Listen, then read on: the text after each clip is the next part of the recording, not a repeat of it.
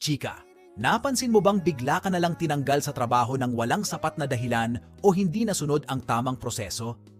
Baka ikaw ay biktima ng illegal dismissal. Pero huwag kang mag-alala, narito ang mga hakbang na maaari mong sundan. Step 1. Maghanda ng mga ebidensya. Bago ang lahat, mahalaga na mayroon kang mga dokumento o ebidensya na magpapatunay sa iyong reklamo. Ito ay maaaring mga sulat, email, o iba pang komunikasyon na may kinalaman sa iyong pagkakatanggal. Kung mayroon kang mga kasamahan o ibang tao na nakasaksi sa iyong pagkakatanggal, hikayatin sila na maging witness at magbigay ng affidavit. Step 2. Konsultahin ang isang abogado. Kung kaya ng iyong budget, dalhin ang lahat ng iyong mga ebidensya at humingi ng tulong sa isang abogado.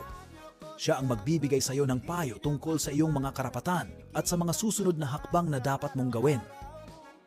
Kung sa tingin mo ay mahirap ang pagkakaroon ng sariling abogado, maaari kang lumapit sa Public Attorney's Office o PAO. Sila ay nagbibigay ng libreng tulong legal sa mga nangangailangan. Step 3. Mag-file ng reklamo.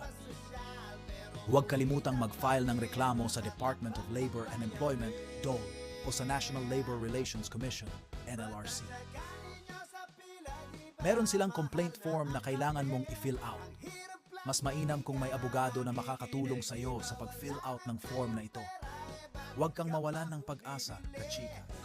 Ang bawat empleyado ay may karapatan at ito ay dapat ipaglaban. For more law chikas, sama ka sa Vibe.